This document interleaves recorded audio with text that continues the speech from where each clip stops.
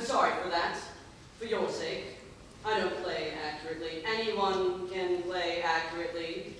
But as far as the piano is concerned, I play with a wonderful expression. Sentiment is my forte. I keep the science for life. Yes, sir.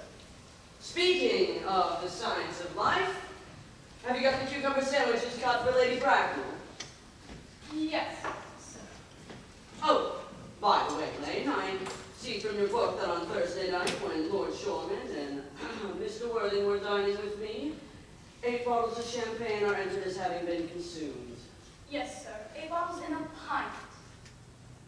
Why is it that in a bachelor's establishment, the servants invariably drink the champagne? I've asked merely for information. I attribute it to the superior quality of the wine, sir. I've often observed that in most married households, champagne is rarely of the first-rate brand. Good heavens! Is marriage so demoralizing as that? I believe it is a very pleasant state, sir. Although I've had little to no experience of it myself, I've only been married once, and that was in consequence of a misunderstanding between myself and a young person. I don't think I much care to hear about your family life, Lane. No, sir. It's not a very interesting subject. I never think of it myself. Very natural, I'm sure. That will do, Lane. Thank you. Thank you, sir.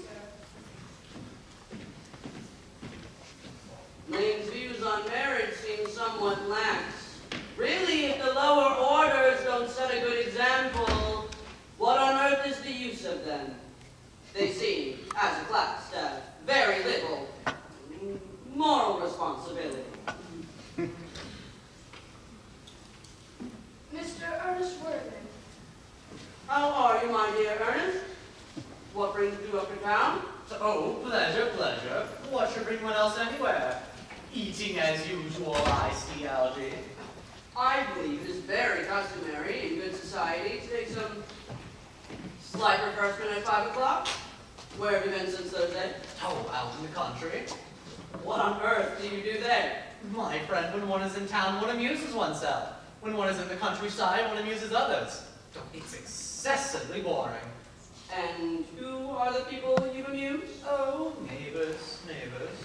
Got nice neighbors in your part of Shropshire. Oh, perfectly horrid. Never speak to one of them. How immensely you must amuse them. Shropshire is your county, is it not? Shropshire. Yes, of course. Hello, why all these cups? Why cucumber sandwiches? Why such reckless extravagance in one so young? Who's coming to tea? Oh, merely Aunt Augusta and Gwendolyn. Oh, how perfectly delightful. Yes, that is all very well, but I don't think Aunt Augusta will quite approve of your being here. May I ask why? My dear fellow, the way you flirt with Gwendolyn is perfectly disgraceful. It's almost as bad as the way she flirts with you. I am in love with Gwendolyn. I have come up to town expressly to propose to her. I thought you had come up for pleasure. I call that business. How utterly unromantic you are. I don't see anything romantic in a proposal. It is very romantic to be in love. But there's nothing romantic about a definite proposal. Why, one may be accepted. What usually is, I believe, and then the excitement is all over. The very essence of romance is uncertainty. If I get married, I'll certainly try to forget the fact. I have no doubt about that, dear Algy. The divorce court was specially made for people whose memories are so curiously constituted. There is no use speculating on that subject. Divorces are made in heaven. Ooh. Hey, please don't touch the cucumber sandwiches. They are made especially for Aunt Augusta. Well, you've been eating them all this time. That is an entirely different matter. She is my aunt. You can have some bread and butter. The bread and butter is for Gwendolyn. Gwendolyn is devoted to bread and butter. Very good bread and butter it is too. Well, you need not eat it, my dear fellow, as if you're going to eat it all. You act as if you're married to her already. You are not married to her already, and I don't think you ever will be. May I ask why? Well, in the first place, Girls never flirt with them and then marry. Girls don't think it right. Oh, that's nonsense. It isn't. It accounts for the extraordinary number of bachelors one sees all over the place. And the second, I don't give my consent. Your consent? Yes, my dear fellow, Gwendolyn is my first cousin, and before I allow you to marry her, you must clear up the whole question of Cecily. Cecily? What do you mean by Cecily, Algy? Well, I don't know anyone of the name of Cecily.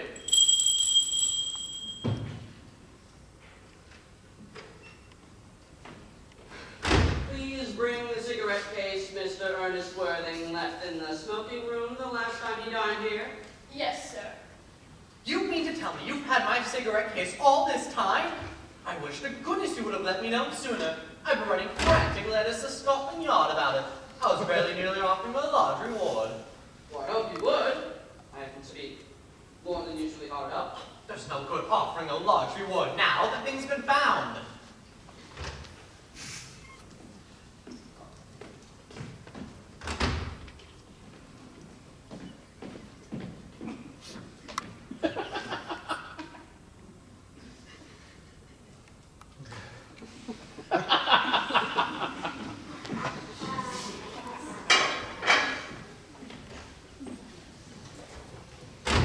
I think that rather mean of you, Ernest.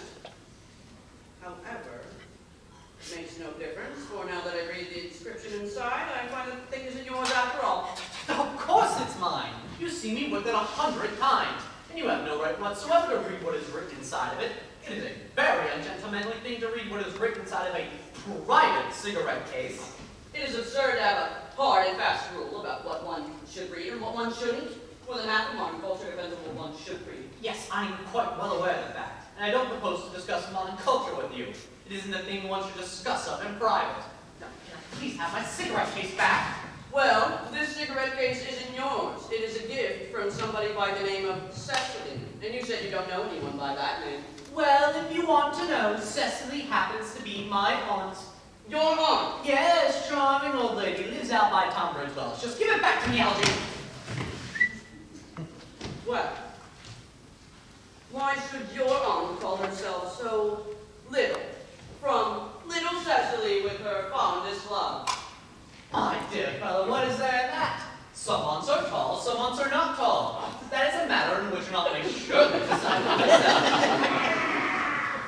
You seem to think that every aunt should be exactly like your aunt. That is absurd. For heaven's sake, just give me back my cigarette case. Oh. Well, why should your aunt call you her uncle? Oh. From little Cecily with her fondest love to her dear Uncle Jack. I must admit that an aunt, no matter what her size may be, is an aunt, but why a small aunt, no matter, should call her own nephew her uncle, I can't quite make out. Besides, your name isn't Jack at all. It is Ernest. It isn't Ernest. It's Jack. Well, you have told me it was Ernest. I've introduced you to everyone as Ernest. You look as if your name was Ernest. You are the most earnest-looking person I've ever seen in my whole life. It's perfectly absurd you're saying your name isn't Ernest. It's on your cards. Mr. Ernest Worthing, B4, the Albany. I'll keep this as proof your name is Ernest if you ever try to deny it to me, or to Gwendolyn, or to anyone else. Well, my name is Ernest in town and Jack in the country, and the cigarette case was given to me in the country. Yes, but that does not account for your small Aunt Cecily, who lives in Tunbridge Wells, calls you her uncle. Now, come, boy, you much better have the thing out at once. My dear fellow, you talk exactly as if you were a dentist. It is very vulgar to talk like a dentist when one isn't one. It produces a false impression. Yes, well, that is what dentists always do. Now, come, you'd much better have the thing out. I might say that I've always suspected you of being a confirmed and secret bunburyist. Oh, bunburyist? What on earth is a bunburyist? I'll share you the meaning of that incomparable expression as soon as you are able to tell me why you were Ernest in town and Jack in the country. Well, produce my cigarette case first. Fine. Here it is. Now, produce your explanation and pray it improbable. explanation. In fact, it's perfectly ordinary. The old Mr. Thomas Cardew made me in his will guardian to his granddaughter, Miss Cecily Cardew. Cecily, who addresses me as her uncle, out of motives of respect you cannot possibly appreciate, lives at my place in the countryside, under the charge of her admirable governess, Miss Prism. And where is that place in the countryside? That is not to you, dear boy. You're not going to be invited. I may tell you quite candidly that it is not in Shropshire. Yes, I suspected that much. I've hungry all over Shropshire on 2 separate occasions.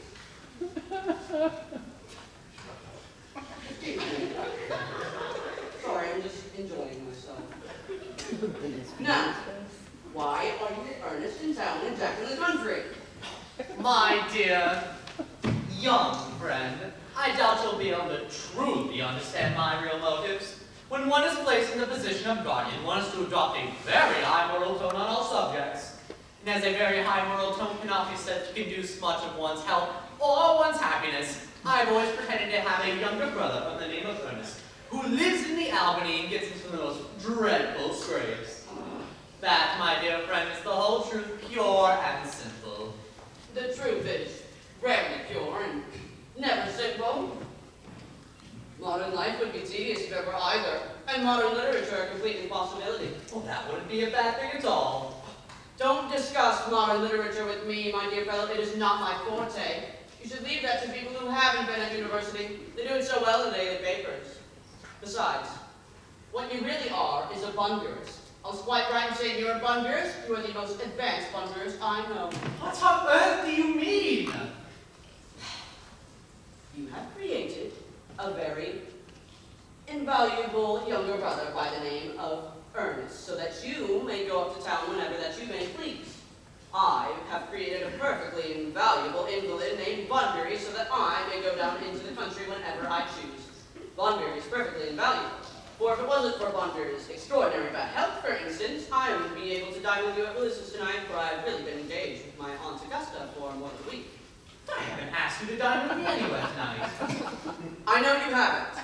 You never do. It is very foolish of you. Nothing annoys people more than not receiving invitations. You would much better dine with your Aunt Augusta. I will do no such thing, for I've already dined there once this evening, and once is often enough to dine with one's own relations. And in the second place, they always treat me as a member of the family and send me down with either no one at all or 2. And in the third, I know perfectly well who she will place me next to tonight. She will place me next to Mary Farquhar, who always flirts with her husband across the dinner table. It is not very pleasant. In fact, it is not even decent. It is so bad. It is simply washing one's clean linen in public. Besides, naturally I want to talk to you about Bunbury. I want to tell you the rules. I am not a bunburist. If Gwendolyn accepts me, I'm going to kill my brother. In fact, I think I'll kill him in any case. Cecily's grown a little too interested in him. It's rather boring. So I will kill my brother. And I strongly advise you to do the same with your with your invalid friend who has the absurd name. Nothing will induce me to part with Bunbury. A man who marries without knowing Bunbury has a very tedious time of it. That, my dear friend, is the theory that the corrupt French drama has been propounding for the last 50 years. Yes, and the happy English home is proved in half the time. My goodness, don't be cynical. It's perfectly easy to be cynical. It isn't perfectly easy to be anything nowadays. There's such a lot of beastly competition about. That must be Aunt Augusta. Only relatives or creditors ever bring in that Thackerian manner. Now, if I get her out of the way for 10 minutes so that she might have the opportunity of proposing to Gwendolyn, would you please dine with me at Willis's tonight? I suppose so, if you want to. Yes, but you must be serious about it. I hate people who do not be serious about dinners. It is so shallow of them. Lady Bracknell is Fairmont. Good afternoon, dear Algernon. I hope you're behaving very well.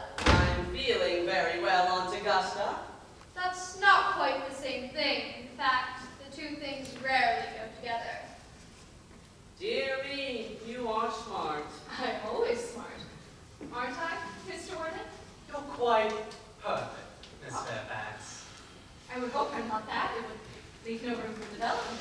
I intend to develop in many directions.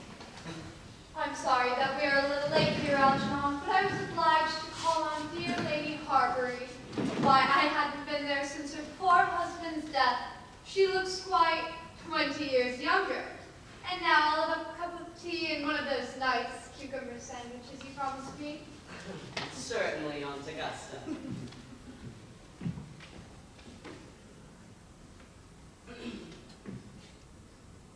Oh, good heavens.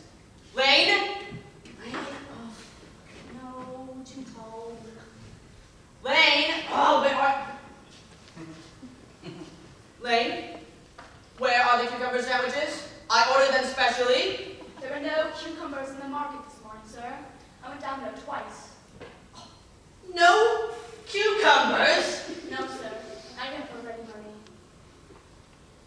Thank you, Lane. That will do. Thank you, sir. I'm very distressed, Aunt Augusta, about there being no cucumbers. Not even for ready money. Oh, it really makes no matter, Algernon. I had some crumpets of Lady Harbury, who seems to me to be living entirely for pleasure now.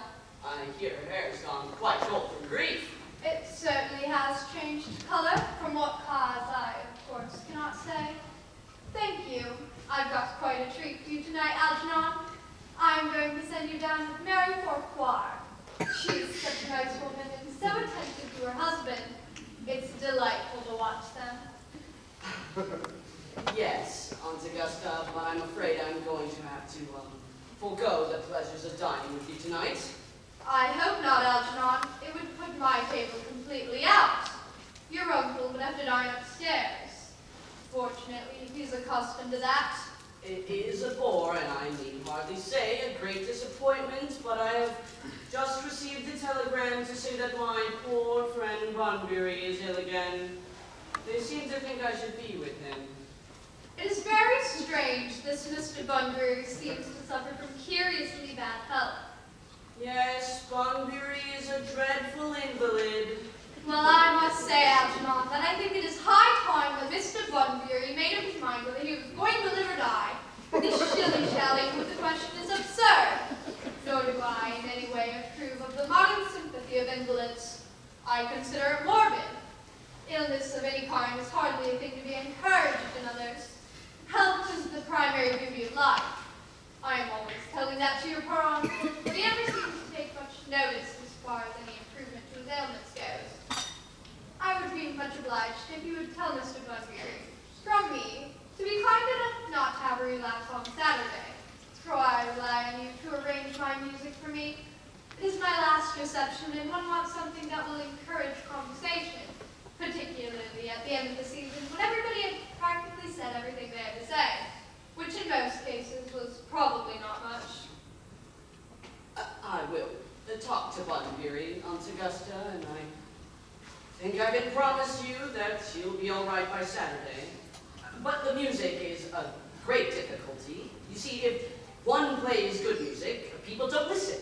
And if one plays bad music, people don't talk. But I will look over the program I've drawn out if you will kindly come into the next room with me. Thank you, Algernon. That is very thoughtful of you. I'm sure the program will be delightful after a few expurgations. French songs I cannot possibly allow. People always seem to think they are improper and either look to shop, which is vulgar, or laugh, which is worse. But German sounds a thoroughly respectable language, and indeed I believe it so. Gwendolyn, you will accompany me? Certainly, Mamma.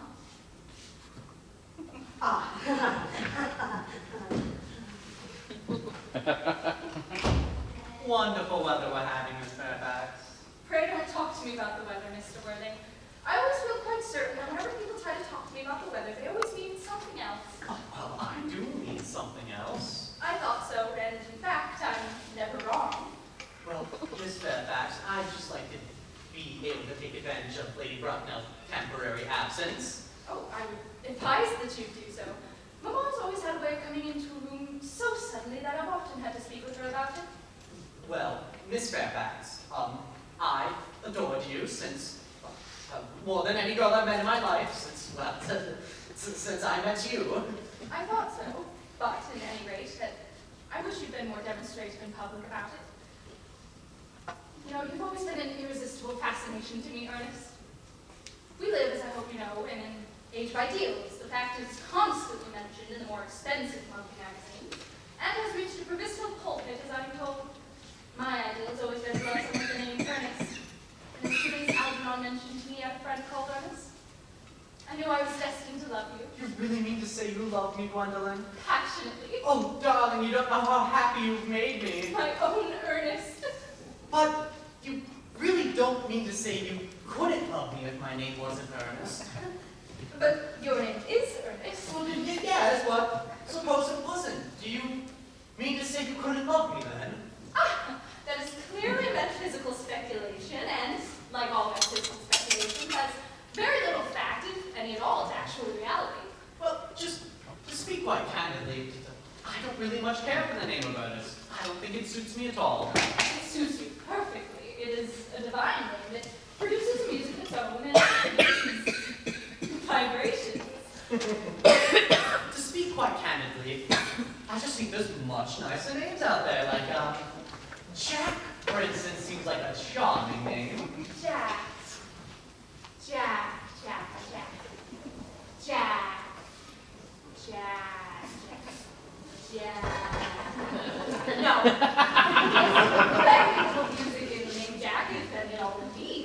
It produces no vibrations. I have known several Jacks, and many more than usually were playing. Besides, Jack is a notorious domiciliating for John, and I pity any woman who's married to a man called John. She's probably never allowed to know transient moments of solitude. The only really safe name is Ernest. The Gwendolyn, I must be christened at once. I mean, we must get married at once. There's no time to be lost. Marriage, Mr. Worthing. Well, you, of course, know that I love you, and, well, you've led me to believe you're not completely intolerant to me. I adore you, but you've not proposed yet, and the subject of marriage has not been brought up. It's not even been touched on. Well, may I propose to you now? What an admirable idea.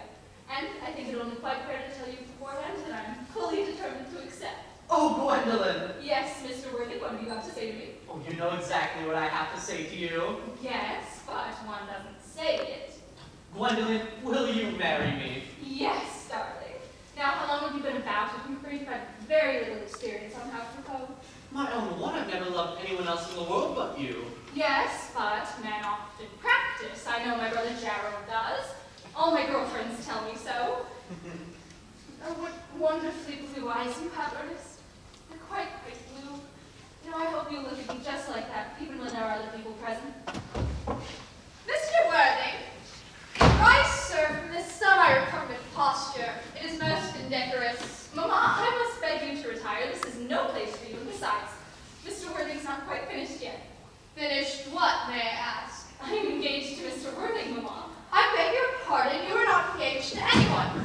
When you do become engaged to someone, I or your father, should his health permit him, will inform you of the fact. An engagement should come on a young girl as a surprise, pleasant or unpleasant as the case may be. It is hardly a matter that she could be allowed to decide for herself. And now, I have a few questions to put to you, Mr. Worthing. While I'm making these inquiries, you, Gwendolyn, will wait for me below in the carriage. But Mamma, Gwendolyn, the carriage.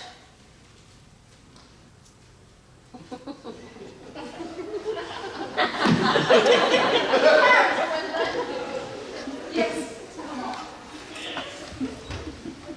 Take a seat, Mr. Worthing.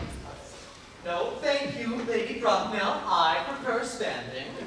I feel bound to tell you that you are not down on my list of eligible young men, though I have the same list as the dear Duchess of Bolton has. We work together, in fact. But I am quite ready to add your name should your answers be what a really affectionate mother requires. Do you smoke? Well, I must admit I do smoke.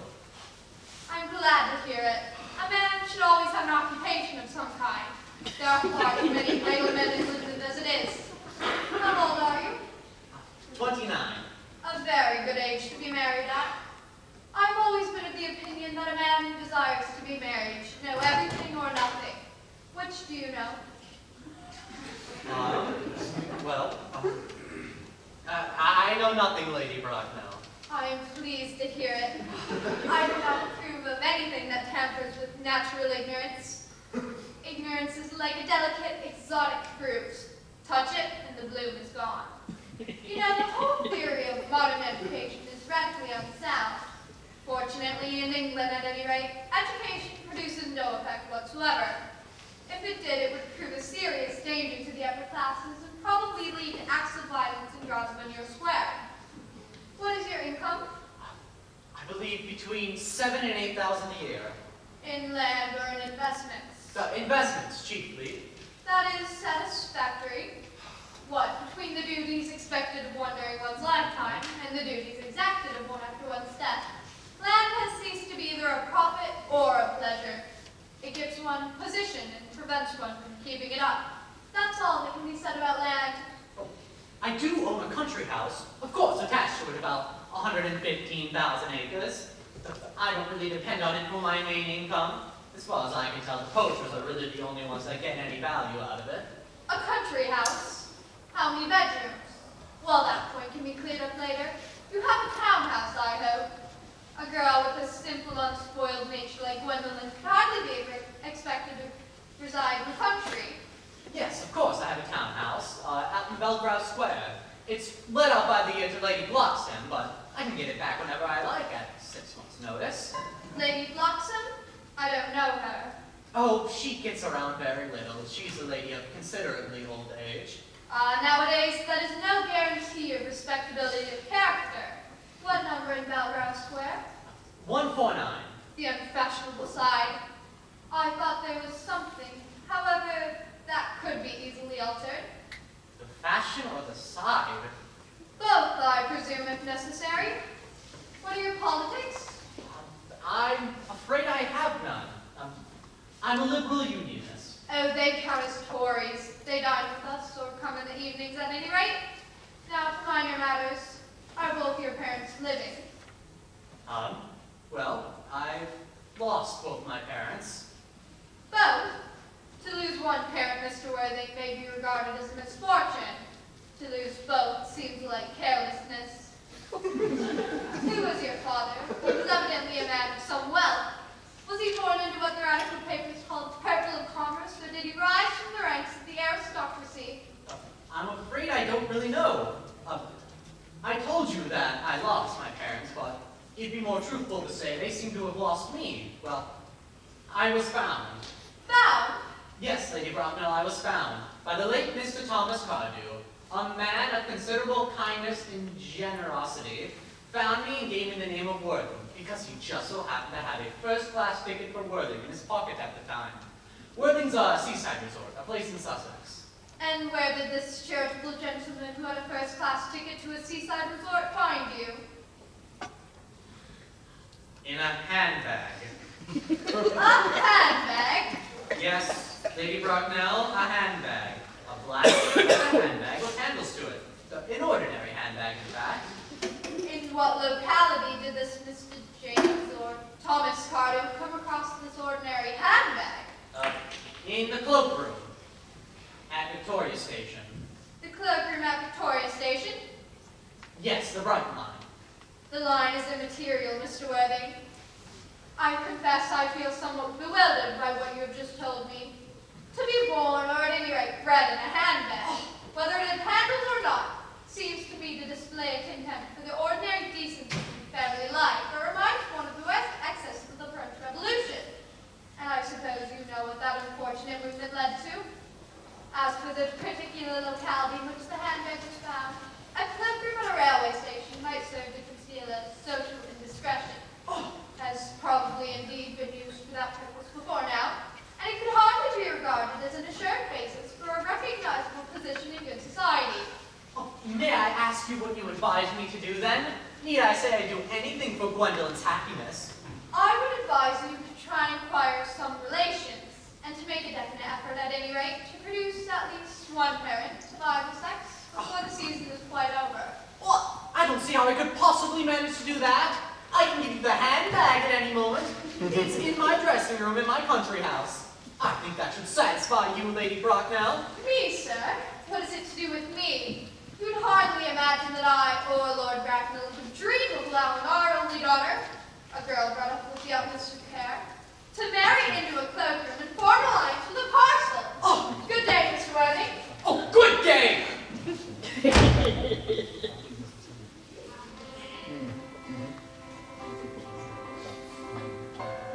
Oh, for goodness sake, don't play that ghastly tune! Now, how idiotic you are!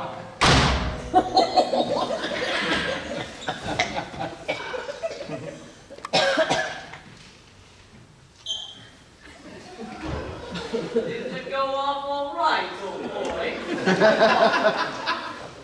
Oh, you don't mean to tell me Gwendolyn refused you?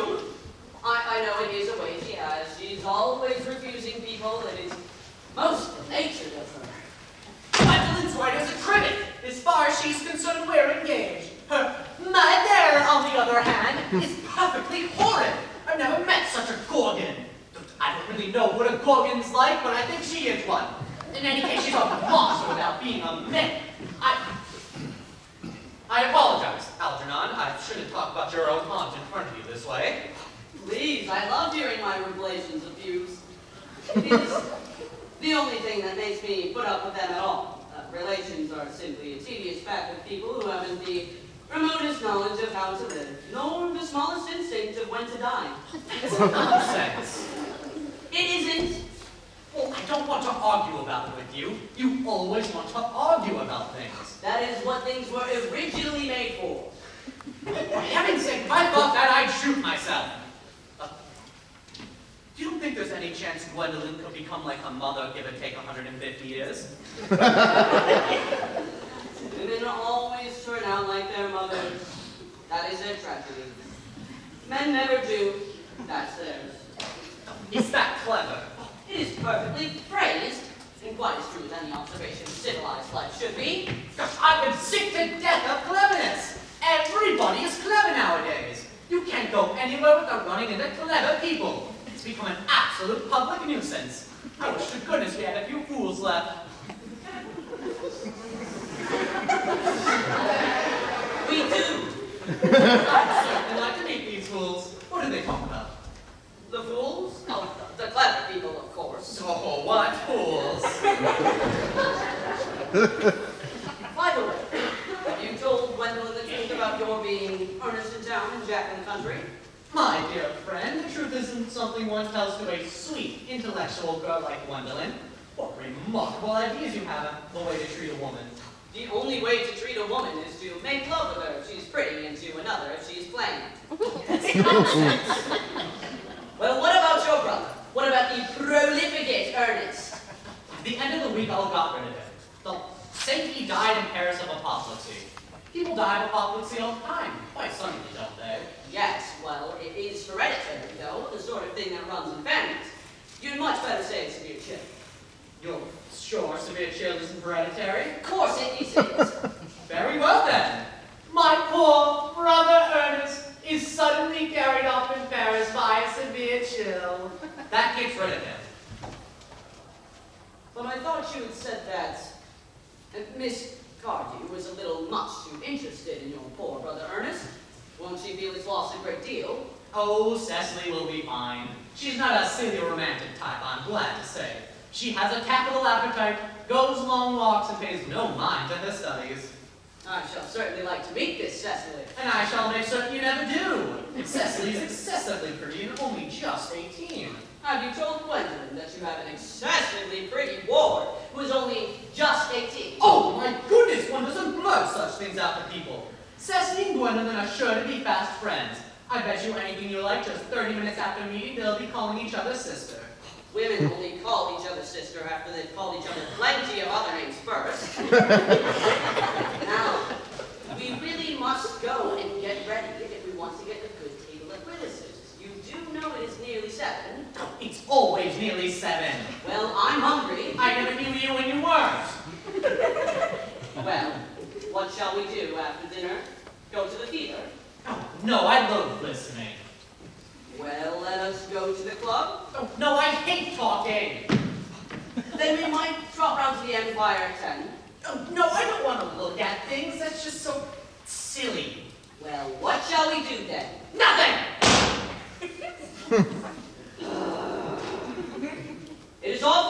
You're doing nothing. However, I don't mind work where there's no definite object of any kind. Miss Fairbanks. Gwendolyn, upon my word. Algy, kindly turn your back. I've something very particular to say to Mr. Worthing. Gwendolyn, I don't think I can accept this, really. Algy, you've always adopted a strictly immoral attitude towards life. You're not quite old enough to do that yet.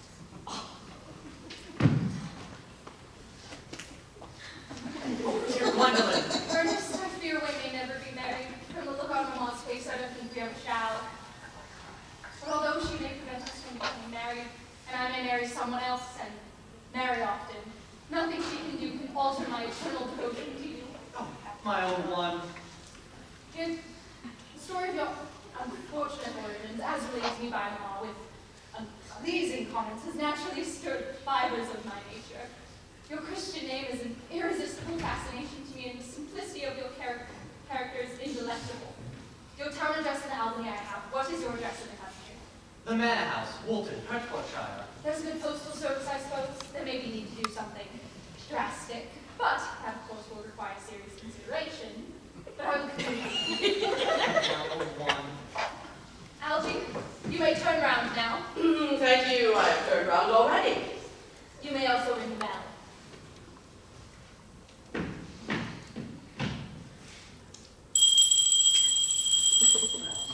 You will let me see you to your carriage, my darling. Certainly. I will be seeing Miss Fairfax out. Yes, sir. A glass of sherry, Lane. Yes, sir. Tomorrow, Lane, I'm going Bunbury. Yes. I shall probably not be back till Monday, so you can put my dress suits, the smoking jacket, and all the Bunbury. Yes, sir. I hope tomorrow will be a fine day, Lane. It never is, sir. What a perfect pessimist you are, Lane. I do my best to give satisfaction, sir.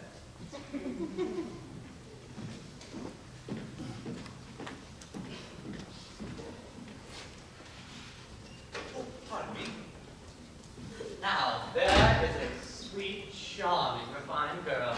The only girl I ever loved in my life. What are you so amused at? Oh, I'm really anxious about my poor friend Bunbury, is all. You best take good care of Bunbury.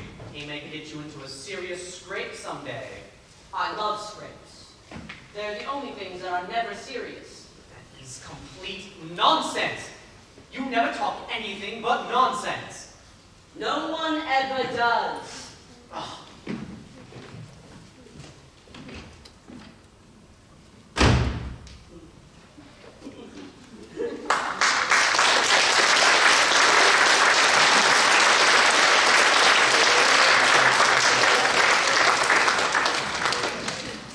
Okay, at this time we're going to take a 20-minute intermission. We do have refreshments for you over in the lobby. All free will donations go towards Byron Theater directly. So if you would like to see more of these shows, please feel free to help out Byron Theater. See you in 20 minutes.